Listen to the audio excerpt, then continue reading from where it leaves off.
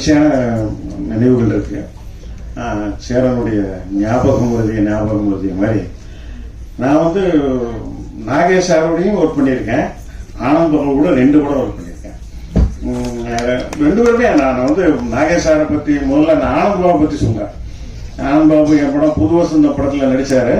அந்த படத்தில் உள்ள டான்ஸ் மூமெண்ட் போடு தாளம் போடு பாட்டு, அப்புறம் வந்து ஆடலுடன் பாடலை கேட்டு எம்ஜிஆருடைய சாங் வந்து நான் ரீமிக்ஸ் பண்ணியிருந்தேன். மனோவும் சுஷிலாமாவையும் பாட வச்சு ஒரு 1 மினிட்டுக்கு பண்ணியிருந்தேன்.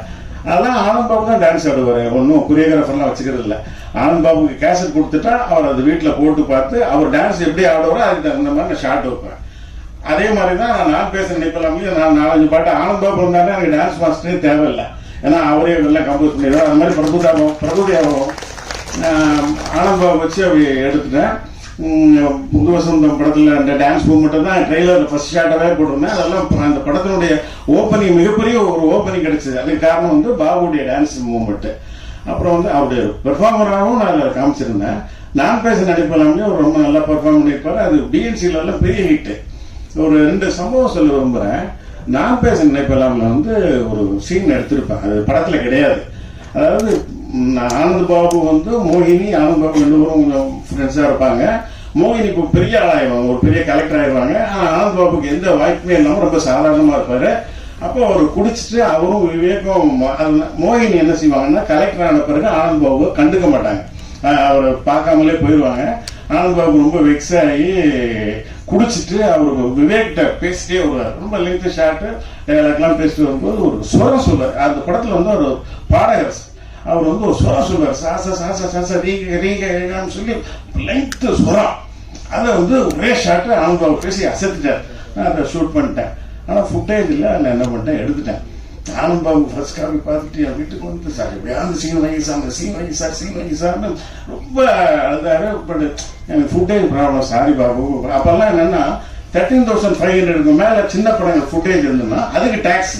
அதனால் அந்த 13,500 ஃபுட்டேஜை கொண்டு வரணுன்றதுக்காக அந்த சீனை நான் எடுத்துட்டேன். இந்த ஆனந்த் பாபுக்கு ஞாபகம் இருக்காதுன்னு நான் நினைக்கிறேன். ஞாபகம் இருக்கா? தேங்க்யூ. அப்புறம் வந்து இதே மாதிரி நாகேஷ் சாரை வச்சு நான் பூவி வணக்கா பண்ணுறேன்.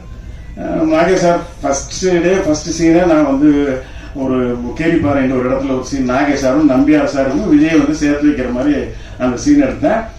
அதில் நாகேஷ் சாருடைய ஃபர்ஸ்ட் டைலாகே நான் ரொம்ப ஒரு அசத்திட்டார். அந்த டைலாக் என்னன்னா, விஜய் வந்து 2 பேரும் நாகேஷ் சார் வண்டியில் வந்து ஸ்கூட்டர் இருக்கும், ஸ்கூட்டரில் பெட்ரோல் இருக்கும், பட் வண்டி ஸ்டார்ட் ஆகி ரிப்பேராக இருக்கும். அவர் நம்பியார் சார் காரில் வந்து பெட்ரோல் இருக்காது. அப்போ நீங்கள் நாகேஷ் சார் வந்து விஜய் சொல்வார், நீங்கள் வந்து நம்பியார் சாரையும் கூப்பிட்டு போங்க அப்படிங்கும்போது 2 பேரும் எனிமீஸ் இதெல்லாம் உங்களுக்கு தெரிஞ்சிருக்கும். அப்போ விஜய் சொல்வார். விஜய் சொன்னோடனே நாகேஷ் சார் அந்த தாத்தாவையும் நீங்கள் கூப்பிட்டு போனீங்கன்னா நல்லது அப்படின்ற மாதிரி விஜய் சொல்லுவார். அப்போ நாகேஷ் சார் சொல்வார், மற்றவங்க கஷ்டப்படுறது எனக்கு தாங்க முடியாதுன்றது உனக்கு தெரியும், அவனுக்கு தெரியாத அப்படின்னு ஒரு சின்ன பஞ்சு விட்டு ஒரு கேப் இருக்குன்னா நான் ரொம்ப என்ஜாய் பண்ணேன். அப்புறம் அவர் வச்சு ஒரு சீன் அவன் எடுத்தேன். அதுவும் ஃபுட்டேஜில் கிடையாது, தூக்கிட்டேன். அதாவது என்னன்னா, அவர் வந்து விஜய்க்கு பர்த்டே, அந்த பர்த்டேக்கு வந்து அவர் வீட்டுக்குள்ள மிட் நைட்டில் வந்து சுகுமாரிமா வீட்டுக்குள்ளே இருப்பாங்க.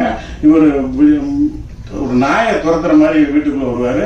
வீட்டுக்குள்ளே வந்தோடனே சுகுமாரிமா பயந்து பின்பக்கமாக போயிடுவாங்க. அப்போ நாகேஷ் சார் வந்து உள்ளே வருவார். அப்புறம் விஜய் வீட்டுக்குள்ளே கூப்பிடுவார். வீட்டுக்குள்ளே கூப்பிட்டு கொஞ்சம் நல்ல சீன், ஒரு இன்ட்ரெஸ்டிங்கான சீன்.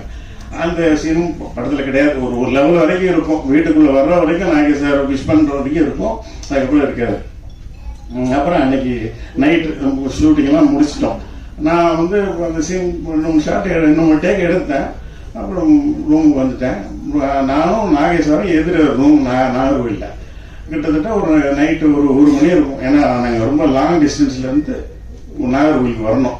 வந்து நைட்டில் நான் குளிச்சுட்டு எனக்கு சாப்பாடு இருக்குது, சாப்பிட்டுட்டு நைட்டில் லேட் நைட் சாப்பிட்றேன்னு சரக்கு அடிச்சுட்டு சாப்பிடணும்னு நினச்சிடாதீங்க. நான் அந்த மாதிரி கிடையாது.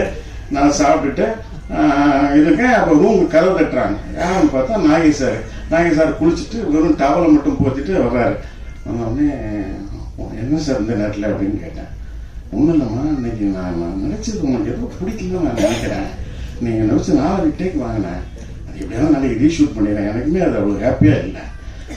இல்லை சார், நீங்கள் எக்ஸலண்ட்டாக பெர்ஃபார்ம் பண்ணீங்க சார், எனக்கு ரொம்ப பிடிச்சிருந்து சார். நான் பர்ஃபெக்ஷன் இன்னும் பெட்டராக வரணுன்றதுக்காக எடுத்தேன். அது ஒன்றும் இல்லை சார், நல்லா இருக்கீங்க, நல்லா நடிச்சிருக்கீங்க சார், அது நாளைக்கு ரீடேக்லாம் பண்ண வேண்டாம் சார் அப்படின்னு சொன்னேன்.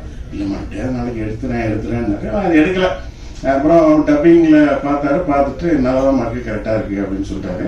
ஆனால் அதுவும் ஃபுட்டேஜில் போயிடுச்சு, அந்த போர்ஷன் இல்லை.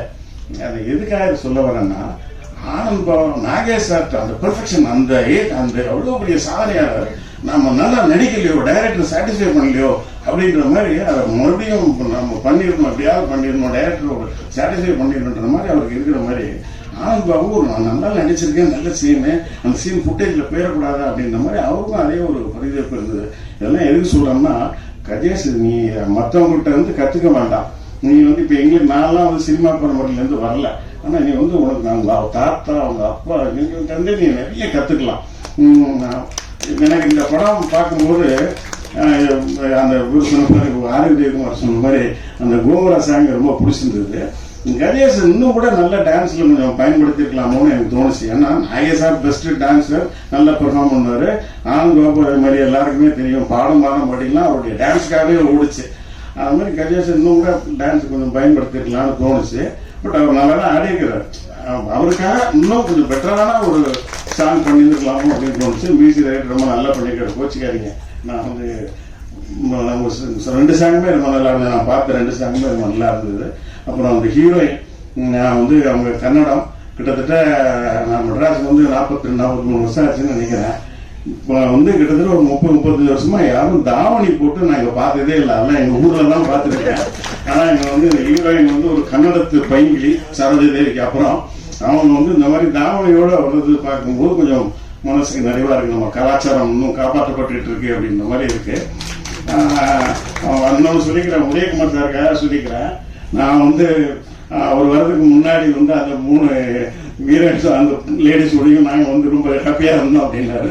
நான் அப்படியெல்லாம் கிடையாது, நல்லா மாதிரி இல்லை.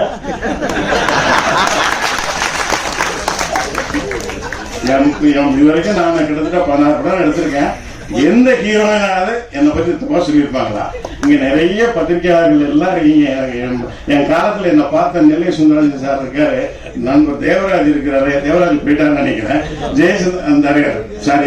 ஜெயச்சந்திரன் இருக்காரு, மோகன சுந்தரம் இருக்காரு, எல்லாருக்கும் என்னை பத்தி தெரியும். அப்புறம் சரவணன் இருக்காரு, எல்லாருக்கும் என்னை பத்தி தெரியும். சத்யா இருக்காரு. அதனால அந்த மாதிரிலாம் இல்லை. அப்புறம் இன்னொன்னு, நீங்க பெரிய செல்வந்தர் குடும்பத்துல இருந்து வந்தாரு அப்படின்னு சொன்னீங்க. நான் அதுக்கும் சொல்லிக்க விரும்புறேன். அப்கோர்ஸ் எங்க அப்பா ஒரு வசதியானவர் தான். ஆனா நான் சினிமாவுக்கு வந்து நான் பட்ட கஷ்டங்கள் எந்த டைரக்டர் பட்டிருக்க மாட்டாங்க. எல்லாரும் அசிஸ்டன்ட் டைரக்டரா இருக்கும் போது பட்டி கிடந்திருப்பாங்க. நான் பல பேட்டிகளை சொல்லியிருக்கேன். நான் என்னுடைய முதல் படம் ஒரு சில்வர் ஜூப்ளி கொடுத்துட்டு என்னுடைய 2வது படம் பெரும்புலி ஃபெயிலியருக்கு அப்புறம் நான் பேசுறேன் பாபு தான் ஹீரோ. அதில் நாங்கள் எவ்வளவு ஸ்ட்ரகிள் பண்ணோம்னு அவருக்கு தெரியும். நாங்கள் வந்து அதில் ஃபிலிமே இருக்காது, 100 அடி 50 அடி பிட்டு ஃபிலிம் எல்லாம் வச்சு நாங்கள் அதை ஷூட் பண்ணி 2 வருஷம் போராடி தான் அந்த படம் ரிலீஸ் ஆச்சு. அந்த படம் பண்ணும்பொழுது பாதியில படம் நிற்கும். அப்போ நான் எத்தனை நாள் நான் பட்டி கிடந்திருப்பேன்னு என் கூட அது பாபா லட்சுமணன் சொல்லி இப்போ சினிமாலெல்லாம் காமெடியாக நடிச்சிட்டு இருக்கான். அந்த கேளுங்க, அவன் சொல்லுவான். அப்படிலாம் நிறைய சினிமாவில் கஷ்டப்பட்டு போராடி தான் நான் டைரக்டர் ஆனேன். அந்த வசதிகள் எதுவுமே நான் அனுபவிக்கல. இன்ஃபேக்ட் எங்கள் அப்பா இறந்த பிறகு இப்பதான் அந்த சொத்துக்கள்லாம் கொஞ்சம் வந்திருக்கு. நீங்க நினைக்கிற மாதிரி பெரிய கோடீஸ்வரன்லாம் நான் கிடையாது. ஒரு கிராமத்துல ஒருத்தர் பண்ணையாரா இருந்தாருன்னா அது என்ன, அந்த கிராமத்துல இருக்கிறவங்கள ஒரு 10 ஏக்கர் 20 ஏக்கர் வச்சிருந்தா ஒரு பண்ணையார், அவ்வளவுதான். அந்த அளவுக்கு தான் நம்ம சீனானதுல ரொம்ப எல்லாரும் சொல்ற அளவுக்குலாம் நான் ஒன்றும் சத்யராஜ் சார் மாதிரி எல்லாம் ஜமீன் பெற மாதிரிலாம் கிடையாது. ஓகேங்களா? அதனால அதுக்கு தெளிவுபடுத்திக்க விரும்புறேன். அப்புறம் உண்மையிலேயே உதயகுமார் சார் சொன்ன மாதிரி சிவராஜன் சார் உண்மையிலேயே ஒரு புண்ணியம் செஞ்சிருக்காரு. அவர் வாழ்ற காலத்திலேயே ஒரு பையன் 2 பேரும் பெரிய தனுஷ் ஒரு பெரிய ஹீரோவும் இன்னைக்கு சக்சஸ்ஃபுல்லா இருக்காரு. இந்தியா பூரா பேசப்பட்ட ஒரு நடிகரா இருக்காரு. அது மாதிரி செல்வராகவும் மிகப்பெரிய டைரக்டரா இருக்காரு. நானும் ஒரு சின்ன நம்பிக்கையோட இருக்கேன். நம்ம பையனும் நாம வாழ்ற காலத்திலேயே ஒரு பெரிய ஆயிரமும் நினைக்கிறேன். பார்க்கலாம், அது கடவுள் கையில இருக்கு. கஜேஷ்க்கு என்னுடைய வாழ்த்துக்கள். பாபு ஆனந்த், இந்த படம் வந்து என்ன ஆனந்த் பாபு தான் கூப்பிட்டாரு, அப்புறம் கஜேஷ் கூப்பிட்டாரு. அவங்களுக்கு என்னுடைய நன்றி. நிச்சயமாக எப்படி ஹிந்தியில் வந்து ராஜ் கபூர் ஃபேமிலி, பிருத்திவிராஜ் கபூர், ராஜ் கபூர், அப்புறம் ரிஷி கபூர், ரந்தீர் கபூர், அப்புறம் ரன்வீர் கபூர் வரைக்கும் ஒரு 4 ஜென்ரேஷன். தெலுங்குல நாகேஸ்வரராவ், நாகார்ஜுனா, நாக சைத்தன்யா, நடிகர்களும் சிவாஜி கணேசன் சார், பிரபு சார், அப்புறம் விக்ரம் பிரபு, முத்துராமன் சார், கார்த்திக், கௌதம் கார்த்திக் வரைக்கும், அதே மாதிரி நாகேஷ் சார், ஆனந்த் சார், அப்புறம் கணேஷ், இந்த வாரிசுகளும் ஜெயிக்கட்டும். வாழ்த்துக்கள். சத்யராஜா சார் ரொம்ப கிளியரா சொன்னார். எங்களுக்கெல்லாம் எங்க பையன் ஹீரோ ஆகும்போது பெரிய எக்ஸ்பெக்டேஷன் இல்லைன்னு சொன்னார். ஏன்னா நாங்கெல்லாம் டைரக்டர்ஸ் ஒன்றும் பெரிய எதிர்பார்ப்பு இருக்காது. ஆனால் உங்களுக்கு பெரிய பாரம்பரியம் இருக்கு. அவர் சொன்ன மாதிரி அவர் ரொம்ப அழகா சொல்லியிருக்கிறாரு. அதெல்லாம் மைண்ட்ல வச்சுட்டு ஜாக்கிரதையா படங்கள் நல்ல கதைகள் செலக்ட் பண்ணி பண்ணுங்க. வாழ்த்துக்கள். நன்றி. வணக்கம்.